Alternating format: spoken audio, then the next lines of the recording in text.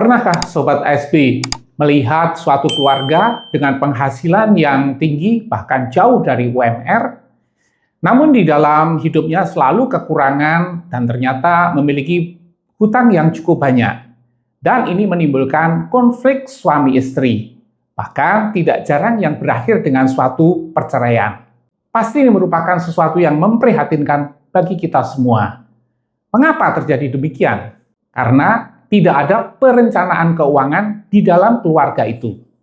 Siapa yang berhak membuat atau menentukan suatu pengeluaran dalam rumah tangga? Apakah suami atau istri atau keduanya? Hal-hal apakah yang harus dihindari agar perencanaan keuangan dalam rumah tangga ini efektif? Halo Sobat SP, saya Haryo Timar. Selamat datang di channel Sukses Bahagia yang akan membahas seputar parenting dan living yang akan membantu Sobat SP untuk meraih sukses dan bahagia. Apa sih pentingnya perencanaan keuangan dalam rumah tangga? Perencanaan keuangan rumah tangga adalah fondasi penting dalam menciptakan stabilitas dan ketenangan hidup dalam keluarga. Dengan perencanaan yang baik, setiap anggota keluarga dapat menjalani kehidupan sehari-hari tanpa merasa cemas akan kebutuhan yang tak terpenuhi atau pengeluaran yang tak terkendali. Karena dalam kehidupan rumah tangga, kebutuhan terus berjalan, mulai dari kebutuhan pokok seperti makanan, tempat tinggal, pendidikan anak, biaya kesehatan, hingga kebutuhan jangka panjang seperti dana pensiun atau dana darurat. Tanpa rencana, pengeluaran bisa terjadi secara impulsif, dan pendapatan yang ada tidak cukup untuk mencukupi semuanya. Perencanaan keuangan membantu kita mengatur prioritas, membuat keputusan yang rasional, dan menghindari gaya hidup yang melebihi kemampuan. Apa dampak jika keuangan tidak terkontrol? Yang terjadi, pertama, utang bisa menumpuk. Yang kedua, bisa menjadikan stres atau tekanan psikologis. Yang ketiga, bisa menimbulkan konflik di dalam rumah tangga. Sebelum kita membuat perencanaan keuangan di dalam rumah tangga, ada baiknya dulu kita mengetahui apa yang dimaksud dengan kebutuhan dan keinginan. Salah satu kunci utama dalam mengatur keuangan rumah tangga adalah kemampuan untuk membedakan mana yang termasuk kebutuhan atau needs dan mana yang hanya keinginan atau wants. Banyak orang terjebak dalam masalah keuangan bukan karena pendapatannya kurang, tapi karena pengeluarannya lebih banyak diarahkan pada keinginan yang sebenarnya bisa ditunda atau bahkan dihindari. Kebutuhan atau needs adalah hal-hal yang wajib dipenuhi untuk kelangsungan hidup dan kesejahteraan keluarga, seperti makanan sehari-hari, tempat tinggal dan listrik, pendidikan anak, transportasi dasar, biaya kesehatan, dan kebutuhan ibadah. Sedangkan keinginan atau wants adalah hal-hal yang diinginkan untuk menambah kenyamanan atau kesenangan, tapi bisa ditunda atau bahkan tidak diperlukan sama sekali, seperti makan di luar rumah secara berlebihan, gadget yang terbaru padahal yang lama masih berfungsi, liburan mewah yang memaksa berhutang, atau kita membeli barang yang bermerek hanya demi gengsi. Setelah kita mengetahui atau bisa membedakan antara needs, kebutuhan, atau wants, keinginan, maka langkah berikutnya kita bisa menyusun perencanaan keuangan atau anggaran rumah tangga. Di dalam membuat anggaran rumah tangga ini, kita juga harus memperhitungkan adanya saving atau simpanan yang bisa kita gunakan untuk berjaga-jaga ataupun untuk investasi.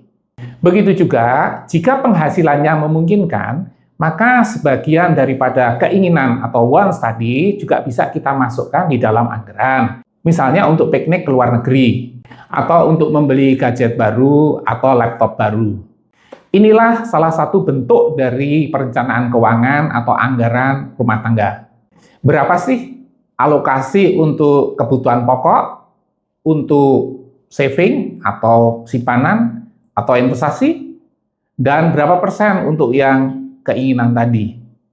Ini contoh anggaran rumah tangga untuk kelas menengah di Jakarta. Misalnya penghasilan suami istri itu 50 juta per bulan. Kita bisa membuatkan pengeluarannya berapa. Yang pertama, mungkin suami istri itu masih mempunyai angsuran untuk rumah sebesar 6 juta. Yang kedua, bahan makanan 10 juta. 3, bensin dan transportasi 3 juta. 4, gaji ART 2,5 juta. 5, pendidikan anak, misalnya untuk 2 anak 5 juta. Namun kalau anaknya di sekolah negeri pastinya akan lebih murah. 6, untuk listrik dan lain-lain 2 juta. 7, misalnya untuk wisata dasar 1,5 juta. Sehingga total pengeluaran per bulan itu 30 juta. Dengan total pengeluaran 30 juta, maka rumah tangga tersebut dapat melakukan saving sebesar 20 juta atau 40%. Pastinya, jika penghasilannya itu naik, maka persentase saving juga akan bisa diperbesar. Dan ke depan, rumah tangga ini akan menjadi aman dan pastinya bahagia. Nah, siapakah yang menyusun anggaran ini? Pastinya suami dan istri secara bersama-sama. Tadi saya sebutkan bahwa simpanan atau saving itu perlu untuk berjaga-jaga ataupun untuk investasi di kemudian hari. Berjaga-jaga dari apa? Berjaga-jaga atau sering juga disebut dengan dana darurat, ini sejumlah uang yang sengaja disisihkan atau disimpan secara terpisah untuk digunakan hanya dalam kondisi yang mendesak, seperti kehilangan pekerjaan, anggota keluarga sakit dan butuh biaya pengobatan, peralatan rumah tangga rusak parah atau perlu segera diganti, kendaraan yang rusak, bencana alam yang menimbulkan kerusakan atau kehilangan. Dengan adanya dana darurat, keluarga tidak perlu panik atau terpaksa berhutang ketika menghadapi situasi tak terduga. Ini memberikan rasa aman dan stabilitas psikologis karena kita tahu bahwa ada dana yang siap digunakan kapan saja dibutuhkan. Sementara saving atau simpanan nantinya juga bisa untuk investasi, seperti investasi pada saham, reksadana, emas, obligasi, atau ke properti. Nanti akan saya bahas secara detail pada episode berikutnya. Untuk keluarga muda yang pada umumnya masih mempunyai angsuran untuk rumah maupun untuk mobil, maka pengeluaran untuk angsuran ini juga bisa kita masukkan di dalam anggaran rumah tangga. Anggaran itu hendaknya juga bersifat fleksibel, dalam arti mungkin perlu dievaluasi, kemudian juga untuk direvisi. Tentunya sesuai dengan perubahan penghasilan dan pengeluaran. Mengapa? Diperlukan komunikasi yang baik antara suami dan istri dalam mengelola keuangan. Dalam rumah tangga, keuangan bukan hanya soal angka, tapi juga soal kerjasama dan saling percaya antara suami dan istri.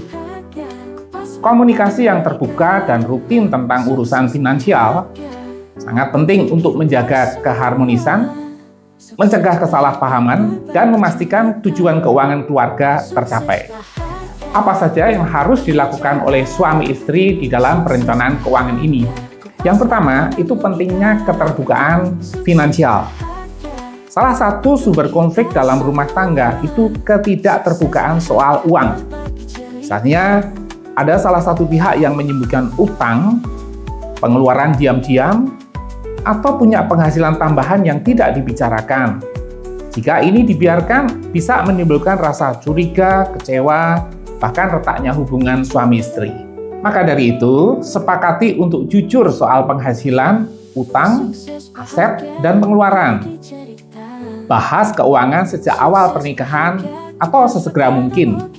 Tidak perlu malu jika salah satu masih dalam proses memperbaiki kondisi keuangannya.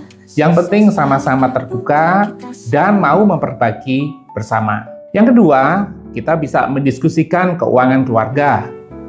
Melakukan evaluasi keuangan secara bulanan, kemudian merancang anggaran untuk bulan depan secara bersama. Kita juga bisa melakukan tujuan jangka panjang, misalnya kalau ingin beli rumah atau dana pendidikan, liburan, dan lain sebagainya. Diskusi ini bisa dilakukan dalam suasana santai, tanpa saling menyalahkan, dengan tujuan saling menguatkan dan mencari solusi bersama. Buat suasana nyaman agar masing-masing merasa didengar dan dihargai. Yang ketiga, membagi peran. Siapa melakukan apa? Misalnya, siapa yang memegang uang di rekening mana? Mau di rekening suami atau rekening istri, itu sama saja. Yang penting, di dalam pengeluaran itu disepakati secara bersama. Kesepakatan bersama itu merupakan kunci kesuksesan bagi keberhasilan di dalam menyusun keuangan rumah tangga. Nah, ini pesan dari saya. Hal yang mutlak dihindari itu pengeluaran jangan sampai dominan untuk memuaskan gaya hidup hedon. Apalagi hanya untuk pamer. Misalnya membeli tas 200 juta. Pasti ada yang bisa mampu beli yang 300 juta. Kita membeli yang 400 juta. Ada yang bisa membeli seharga 500 juta. Tak ada habisnya. Capek. Juga, jangan menghabiskan seluruh penghasilan tanpa menyisihkan untuk simpanan masa tua.